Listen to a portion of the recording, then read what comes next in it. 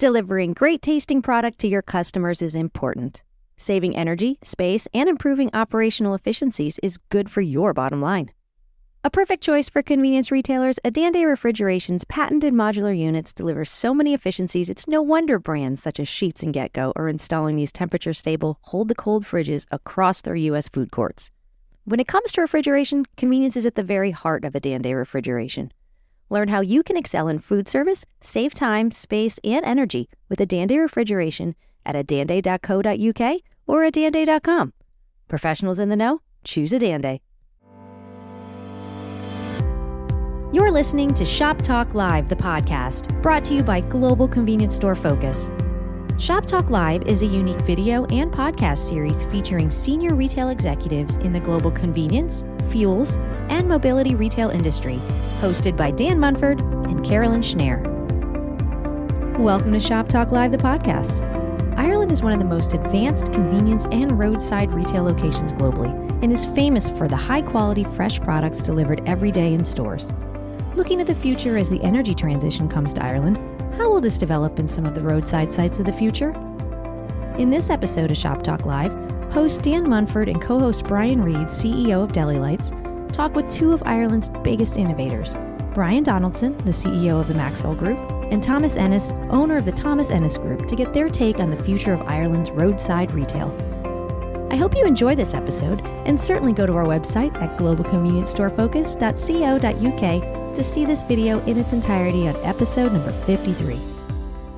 Welcome to Shop Talk Live. Well, today we're talking about Ireland. Why are we talking about Ireland? Well, Ireland is one of the most advanced convenience and roadside retail locations globally.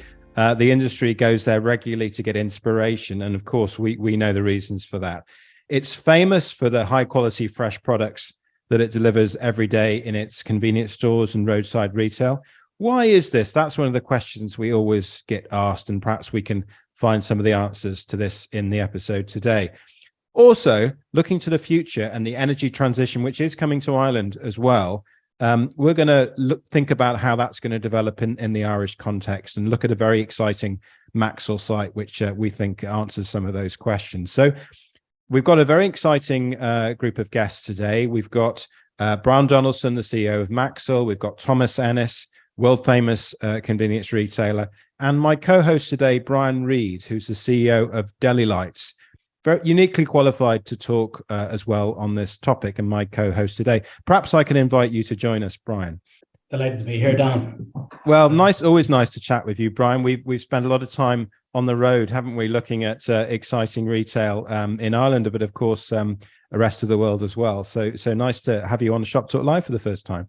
Well, Brian, let's welcome our guests on. Brian Donaldson, CEO of Maxol, and Thomas Ennis. Guys, if you can also join this conversation.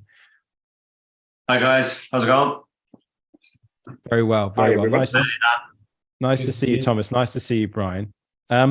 So we've already started a good conversation on this topic. We've got some, obviously we've heard a supplier's perspective on this. Now let's think about the operator's perspective, the retailer's perspective.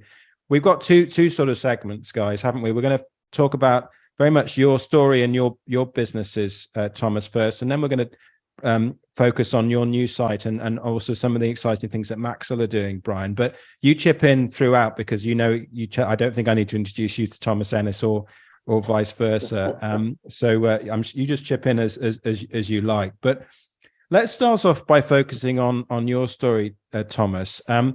We probably published one of the most successful in terms of readership articles that we've ever done in Global C-Store Focus quite recently, which was almost a bit of a life story as a retailer on looking at your beginnings as a apprentice butcher. I think that's right, isn't it? Straight out. Yeah, that's correct. Yes. Straight out of school, where you learned a lot about the retail trade, and so this article got tremendous interest because it looked at your sort of your journey, your personal journey in terms of where you picked up your retail and management skills. Obviously starting off as a butcher's apprentice, then working for Super Value, then really having a very formative few years with Fergal Quinn and Super Quinn. and some of the very exciting. It's almost, you see so many retail leaders in Ireland who've had some of the years with those guys. And that's all in the article, and people have read it. But I just wanted to try and maybe pick up the story at about halfway through the article, where you start to talk, where you opened Merrion Row, which was, I think it was in 2005, wasn't it? December 5th, 2005, Dan.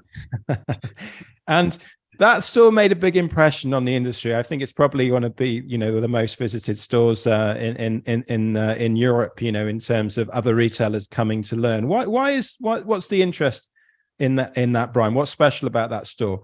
Sorry, Thomas. We were kind of, I remember opening that store, and I had left Super Quinn in September. And then I'd kind of working behind the scenes with SPAR Ireland, pulling that shop together, recruiting and kind of my ideas of what I thought would work and their ideas. And it was a bit different compared to all the other convenience stores that were out there. Brian, you're not going to happy when you hear what I'm going to say. We didn't want pre-packed sandwiches back then. We wanted to make our own, and we wanted to have our own. We didn't want to be like everybody else. The Deli Lites products are fantastic and they're a really good product. But at the time, it was only Fresh Ways. So one of the things we said was that we'd make our own. We'd create our own SPAR branded product. And there was a signature sandwiches. Dan, I think you probably remember looking at them. You were at the early stages, you were there. And that was the range that we had created that we thought would sit well in the market at the time. We were the first to have a barista coffee offering, sit down with insomnia. Nobody else had that. Everybody had the machines. We were the first to have that. And believe it or not, 18 years ago, we were the first, if you remember, Dan, you were there when we opened, to have a touch screen. Remember, we had the touch screens at the door when you come in. That's right. Yeah, I remember. You come in, so the digital ordering system. So we had that in. It didn't work. So we had that. You could order at the front of the shop, print off in the deli, and you go and collect it. But we are probably ahead of our time because the Irish market wasn't ready for that at the time. They wanted to go and pick through the deli offering of what they actually wanted. So yeah, we were kind of forced to market with a lot of stuff at the time. So Brian Reid, pretty interesting store.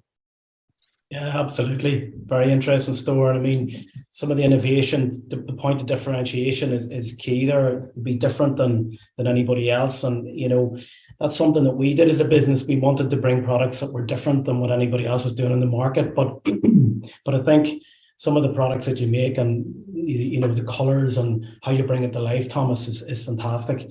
And I think that's what everybody tries to do in business is how do I do the thing first? How do I bring something different? Because it's a very crowded market. So you have to find that point of differentiation. But fantastic stores, and I've read your story and I've followed you. To start off as a butcher and to work into retail and take the learnings as you've went, it's inspirational. So it's a credit to you, Thomas. Yeah, I think, Dan, you've always asked the question about why are we good with the food? We take chances as retailers. We're not afraid to make mistakes. So, I lost a lot of money the first quarter in that shop. I haven't since, but I did at the time because I took chances. And we had chefs there. We still have a chef with us. But we created our own food. Some of it worked, some of it didn't. But we didn't let it define us. The failures, we didn't let them define us. And yourself, when you're in the food space and it doesn't work, it's expensive, and it does cost you. But you don't let it define you. You park it and you move on. And I think that's what makes us different. And we're willing. I think I don't know. It's an Irish thing, but we're willing to take that chance and back ourselves.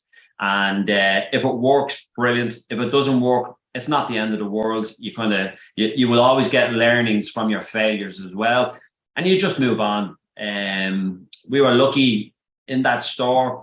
I have great people with me, and our business is a people business. It's I could come up with the best ideas, but if I don't have the people to execute them, you're wasting your time. So we've good people around us that helped me and helped us develop some of the things we've done. You certainly do. Let's shout out some of them because I think, I know you always do that, but it's Sandra McCormick, who's been your GM from day one, hasn't it? Yeah. It's Joanna Starron, who's your ops manager, and Anne Carter, Fresh Foods, isn't it? Yeah. So they're still with me. I don't know why, but that must be doing something right. But yeah, so and you let them as well. You let them be involved, and you let them come up with stuff as well. And we travel as well, Dan. We see a lot of like listen to Brian talking about New York. We do be there quite a bit. We cross in London as well. And we look at what's going on in the market, but everybody, every time it comes back to us as well in Ireland, we've got some really, really good retailers.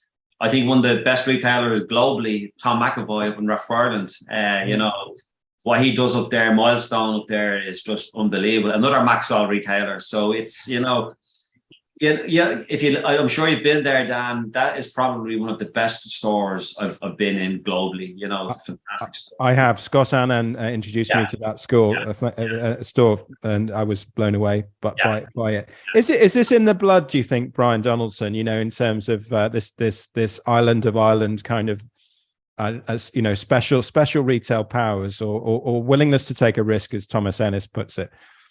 Yeah, look, I think it's in our DNA, but also I think it's representative of the size of the population on the island. In so many markets where you have a big population, people would focus more on the wet side of the business in terms of the forecourt.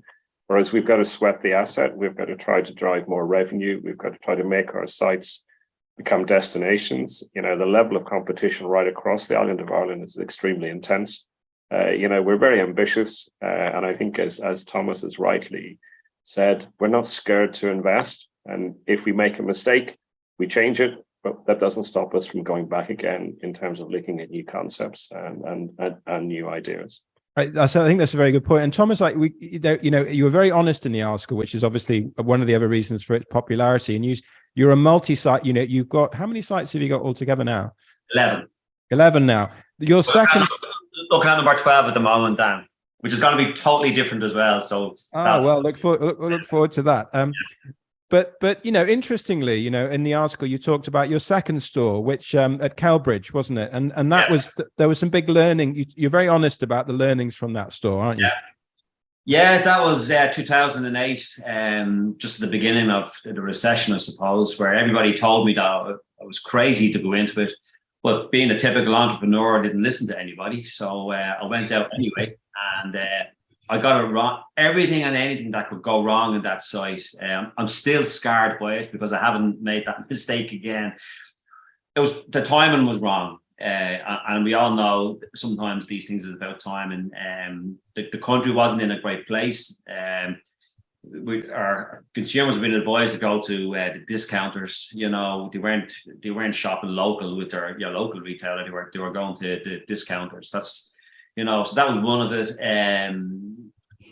I just didn't do my due diligence, Dan. I let my heart rule that decision. I couldn't wait to get a second store, and it was wrong. Everything about it was wrong. Location.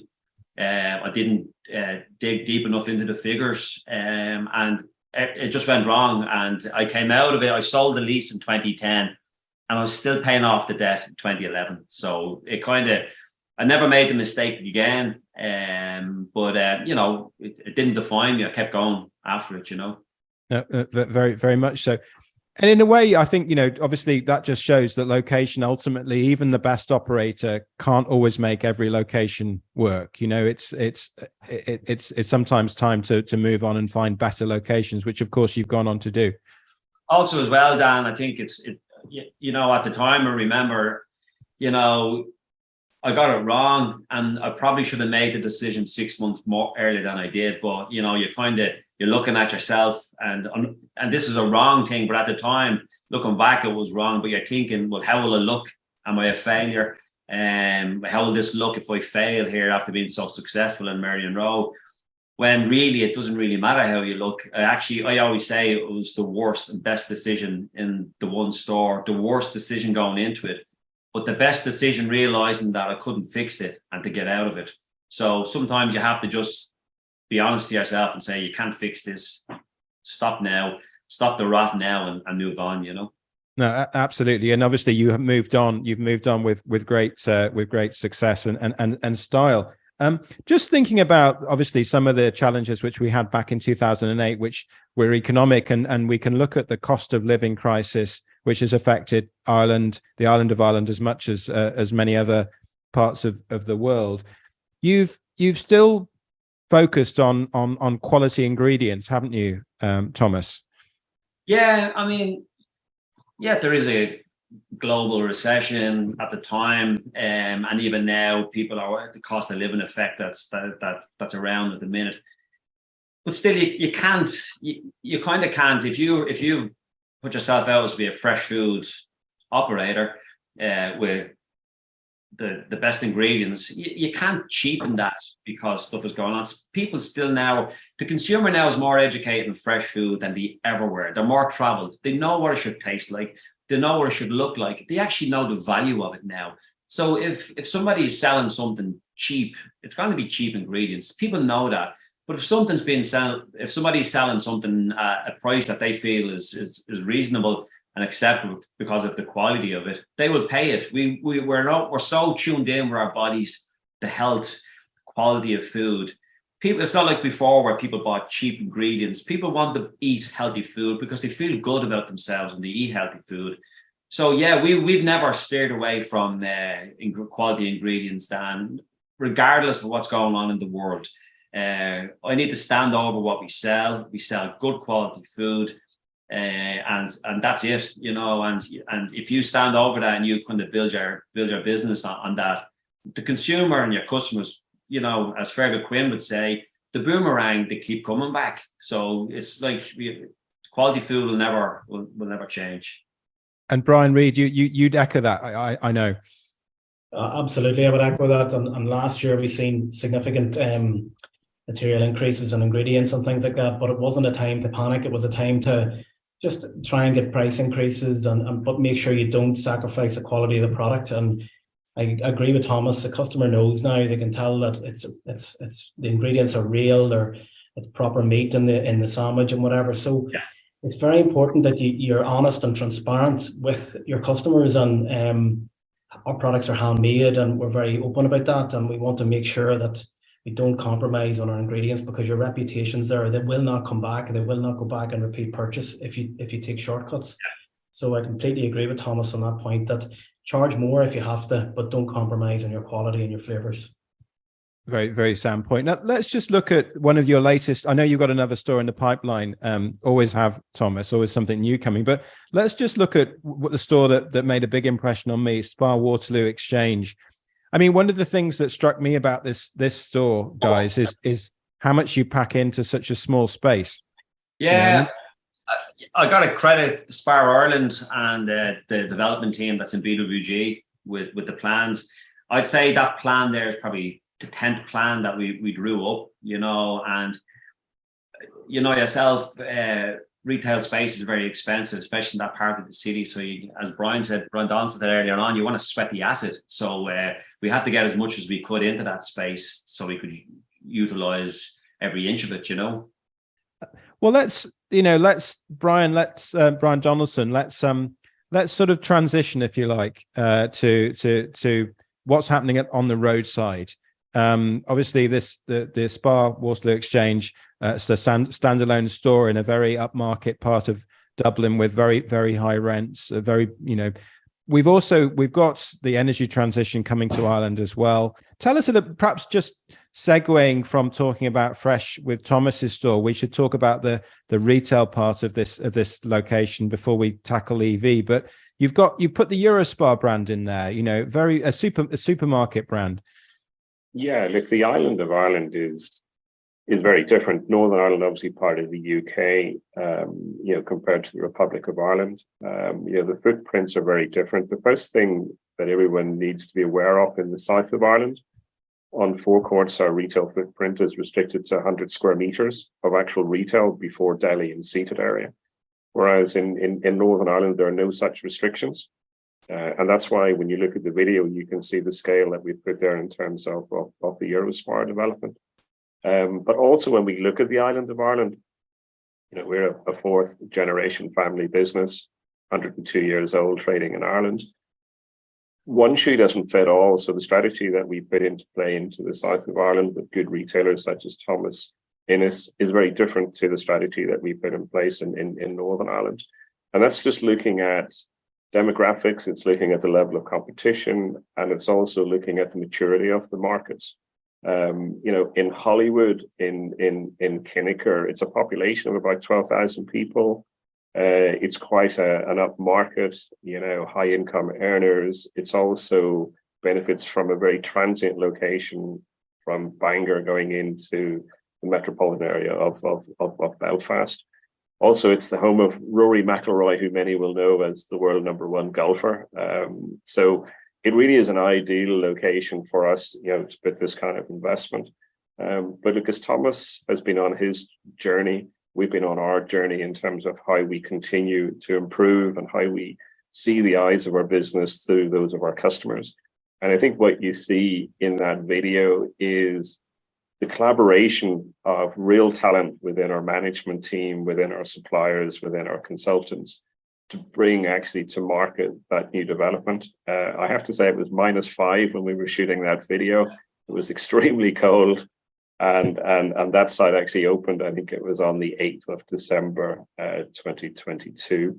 But look, the pictures tell the story, but in terms of the strategy behind it, that's really our blueprint. That is what we were going to use to try to roll out more of what we see, catering for the changing needs of consumers, not just in terms of putting food into their fridges or into their households, but also in terms of the change in mobility.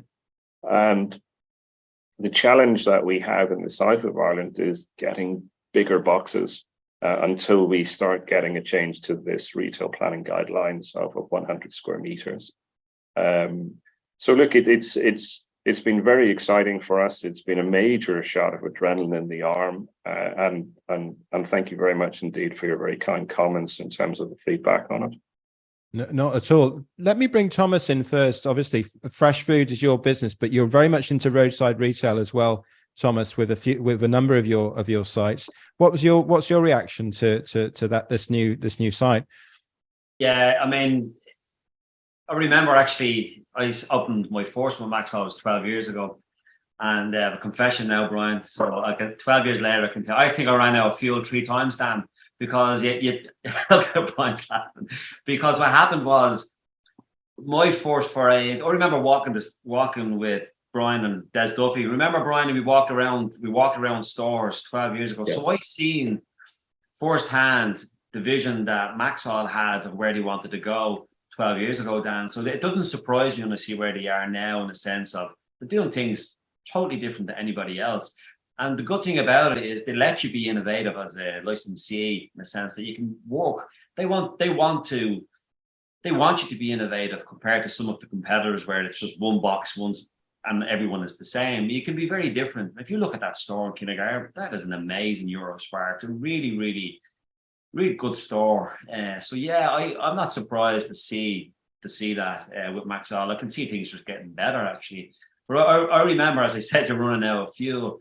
I looked at it differently. I stood in the forecourt and looked into the store, and I remember thinking, location-wise, Messville Road, only around the corner from Waterloo, Dan. So that, for a small little shop, we still sweat that asset as well. And I think that's the way roadside retailing has moved, is that people are now, whereas before my time, they stood in the shop and looked out onto the forecourt. It's changed now. We're now adapting for our consumer of a store, of a licensee in Maxol and Torgy. And that deli does more than any of the delis I have in the city centre, and of a lady, Sue, who's running that, who makes everything from scratch. Everything she makes is from scratch. So it's a real, and we have the tools with the food to do that, and it's really good. I'm not surprised to see what I see with Maxol do. Well, Brian, I bet you're thrilled to hear that from Thomas. Brian Reid, what do you think? Well, you're an EV driver, have been for a while, so that's perhaps you can perhaps comment on that as well. But what's your first reaction from a fresh offer perspective? Oh, it's an incredible looking store, Brian. It's a credit to you. It looks and feels really good when you walk into the store, and just in terms of the lighting and the space that you've used. But certainly the whole solar and the way you're tracking the electric and the use of power on the site is very impressive. That you're obviously aligns with things that we're doing here, and obviously you're a really good customer of ours too. But just the look and feel of the store, the way you're focusing on the food, the EV side of it. I mean, I'm an EV driver, and there has been issues with getting charge around the Belfast area. So to know that it's there as a destination is fantastic. I mean, it just adds, that takes that pressure off. And we've some of the team here on the sales side who would like to drive EV vehicles, but they can't because they're restricted. So to see that sort of oasis in the desert as such is just brilliant. And, it's just the future. I think you're very forward thinking. And then we're looking to see what does the consumer think? Are they going in? Are they staying longer in the store because they're charging? Are their habits changing? I'd be keen to hear from Brian, just to hear, are they noticing anything with their customer? Are their habits changing? Are they eating on their lap as opposed to eating in the store? Or are you seeing anything? Yeah, we are. And I think, to be honest, like in Northern Ireland, we work very, very closely with Henderson Retail and Henderson Wholesale, who helped us put that all together.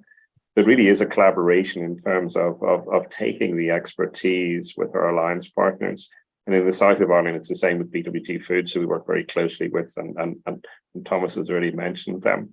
But in terms of what we have achieved in Kinnicker, for us, it's about learning in terms of how we really upweight the customer experience. This is the first site in Northern Ireland and possibly on the island of Ireland where it's a public ultra rapid charging hub. In Northern Ireland, public charging is free for people to charge their vehicle. That's why the network is in such a poor condition. And Brian will know, you can drive up to any of these public chargers and they'll be broken, or there'll be a long queue in front of them, or there'll be a car that's been parked there for probably days. Really what we wanted to try to do is to take a lot of the learnings that we have picked up in Norway and in other markets in terms of how we could set up a think tank in terms of how we develop our EV strategy. In Kinnicker, you'll see that we've created our own sub-brand, Maxol Recharge, and we put the gantry there. We're probably going to start actually pricing the kilowatt charge at some point in the not too distant future. But what has surprised us is that people in Northern Ireland who have only been charging at home, and these are maybe AC, slow trickle chargers, have been very impressed with the speed of charge, certainly in Kinnicker. And we're starting to see repeat business from the same type of customer. Also, I think one of the things that people like about it is the canopy. They like the fact that we're trying to do our bit as well in terms of sustainability by solar panels and how we recycle and reuse that energy on site. But they also like the reliability of the equipment. And that's the biggest negative, I think, in any market, be that in the south of Ireland, Northern Ireland, or in GB. Reliability is what customers expect. And, you will have seen BBC News in terms of the Tesla Gate scenario in Christmas time, where there just wasn't the infrastructure to service all of those people who were commuting over the Christmas period. And so it comes down to the operation of that site. And one thing about our industry, and with the likes of good retailers like Thomas Ennis, customers have confidence in the level of service that they bring. And that's why I think, our sector has built up confidence with our customers, that if they come to us, it's going to be working. It's going to be a good level of customer expectation, and it's going to be delivered consistently, to be quite honest. In terms of going back to your other question, Brian, yeah, people are getting out of their cars when they're charging, and they're coming in and they're using our Delish Deli. They are using the coffee facility.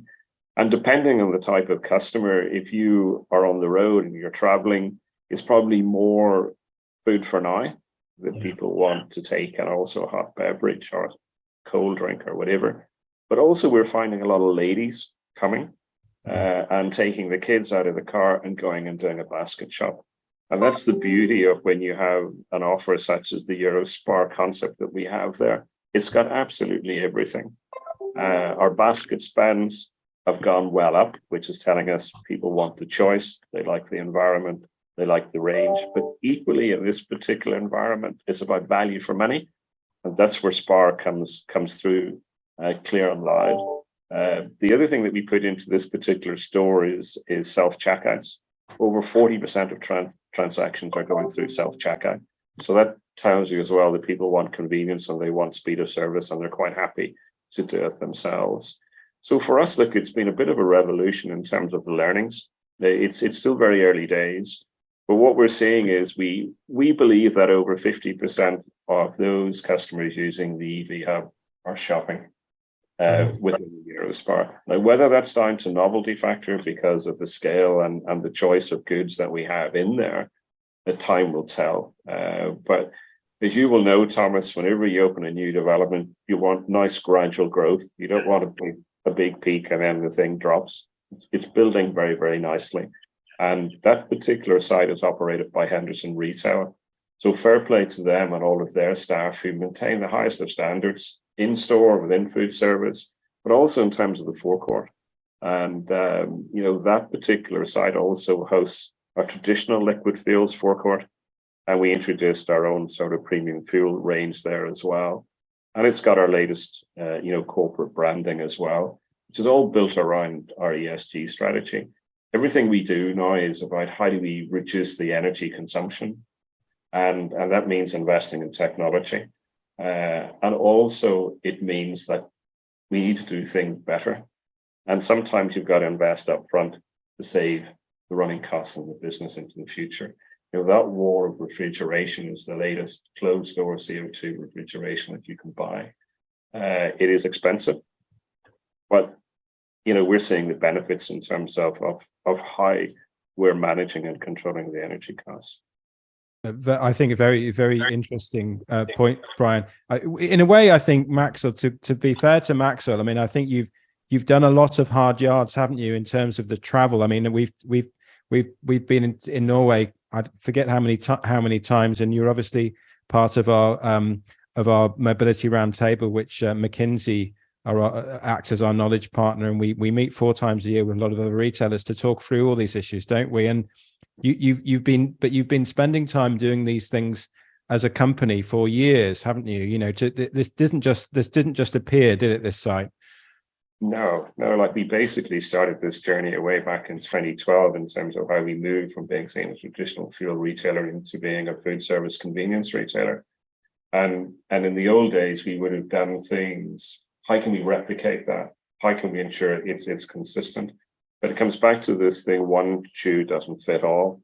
And it's about bringing in regionalization. It's about making sure you target and specialize the offer to the customer audience. And I think in terms of mobility, electrification has certainly been the source of energy that's certainly being driven by regulation and by governments.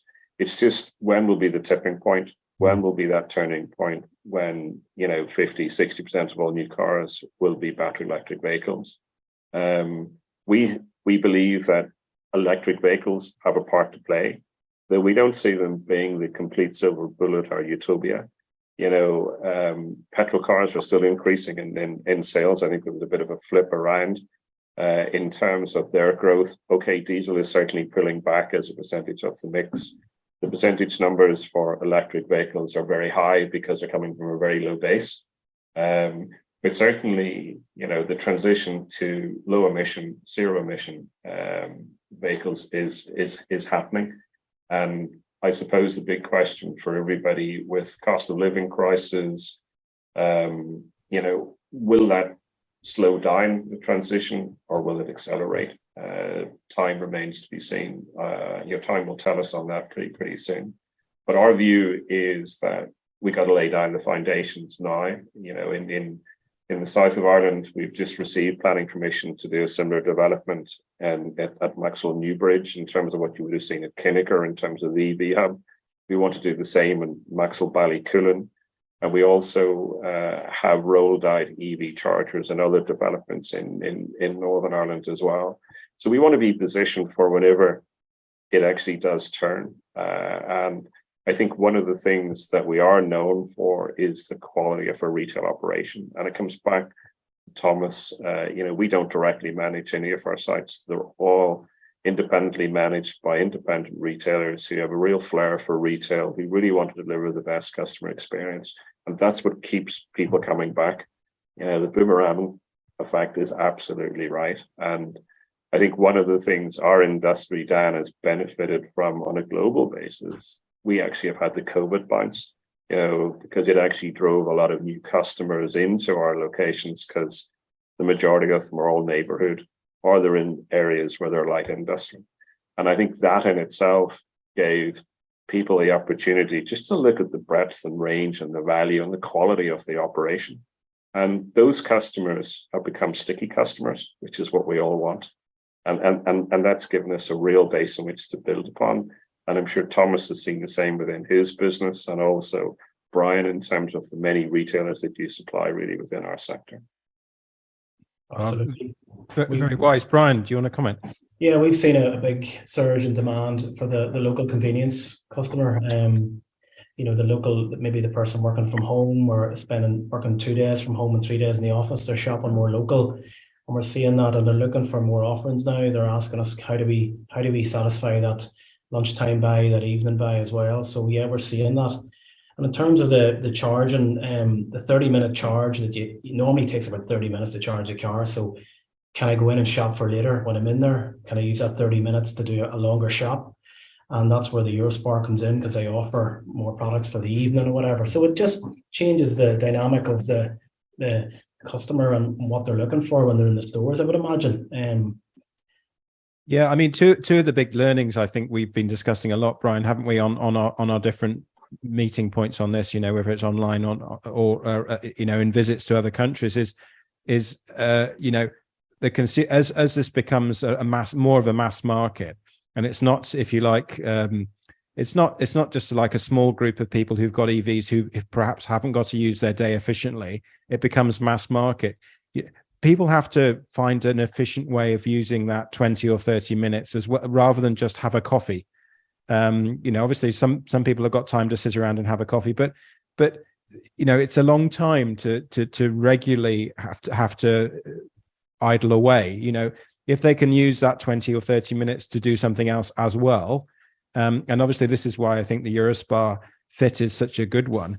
Then or the retail opportunity has to kind of deliver for that 20 or 30 minutes, doesn't it? So I think that's certainly a big learning that's come out of other markets, and you followed up on. I think the other interesting thing is around the reliability issue. I mean, one of the things that I think a lot of the research shows, in lots of markets, is that although a lot of people are very interested in the on-the-go charging opportunity, not everybody is very good at developing the customer experience. And I think that's the other thing. You have thought about your EV drivers by providing a canopy for them in this new site. Well, that's actually not typical of what we see globally. But they're not waterproof just because they drive an EV. They want to be looked after as well. And I think that's where our industry has a real strength. It's thinking about the customer experience. We did a refit, Dan, in Maxol and Torvey, and we kind of extended and opened up the grocery part of the store, which wasn't there originally. We extended it. We opened up our dairy wall. You could do a top-up shop there now at the moment. And we know it's just what Brian was saying, that you did have people that were coming in, charging their car. And back to the confidence thing, they knew they had confidence to come in quite regularly. It wasn't just we had it 1 week. We had a consistent range of products, top-up shop products that distressed purchase. And if people know that standard is there, that they can get the products to do it, that does then become part of their week or part of their day or their second day or whenever they're charging. So I think as retailers, there's no point in us having these charging stations, and no point in us if we don't give the option then to come in and use that 20 minutes, a half an hour productive, because we all have busy lives. If you're coming home to drop kids training or do whatever you need to do, if you can be productive in that 20, 30 minutes and do a top-up shop or grab a few bits, I think it's important for us as retailers to have that facility there for our customers. Wise words. Brian Reid, any final thoughts? Yeah, I was just going to say on the charging point, I mean, there is some data there that suggests that sitting in the car isn't actually that good for you. So it's a wee bit early on, but I mean, if that comes out, I mean, the customer then that's charging has to get out of the car, would be suggest that it's better for them to get out of the car with their family. So they're going to be looking to go in and sit somewhere or sort of kill a bit of time. So I think that the other thing is that if other locations get charging points, i.e. other types of businesses, you know, the retailers have to work that wee bit harder to make sure that they're the point that the customer goes to charge. So when I go there, I want to walk in and get that consistently good coffee, that consistently good sandwich and food for later. So it's just picking those partners really well. It's going to be key, I think. No, very good, very good. And Brian, if you're hitting 50%, that's not bad, actually. That's pretty good, isn't it? In terms of getting out of the car and coming into the site. It is. And I think the learnings that we're getting from this trial that we've done in Kinnicker, it shows us that people want probably about 150 kilowatt charger. They like a speed of charge, but they don't want to overpay if their car can't take the faster charge through a 200 kilowatt charger. But the other interesting point, which I think Thomas touched on there, in Northern Ireland, because we have bigger boxes, we can do the likes of the bigger SPARs and Euro SPARs. Whereas I already mentioned this 100 square meter restriction in the south. So what we've done is gone higher with the shelving to increase the range and the choice, because I think Thomas's point is absolutely right. If we start rolling out more of these EV ultra rapid charging hubs, it's important that we give the right level of products and choice and value to those customers who want to do the basket shopping. This year we have a retail conference, and really what we want to do is to show our retailers that we're continuing to innovate. Yes, we're continuing to learn. We're not frightened to make mistakes, but really what we want to do is give confidence to consumers and change them from occasionally coming in our stores to regularly coming into our stores for more essential top-up shopping. And that's a journey we're on. And yes, we've made some good progress, and it's been a collaborative success of input across not only suppliers, but our own in-house team. But we have a long way to go. Dan, this is just, again, if you stand still in this business, you're moving backwards. It takes a lot of investment. And, I'm very fortunate, working for Maxol, which is owned by the McMillan family, who continue to invest. And I think that's why we've made great progress, supported by independent retailers such as, Thomas Ennis and many, many others who you've met before as well, Dan. Well, thank you, Brian. Look, congratulations in your latest achievements, and fantastic team behind you at Maxol, and a very supportive board as well. So congratulations on that, and for you, Brian Donaldson, and Thomas. Really excited to see your latest store.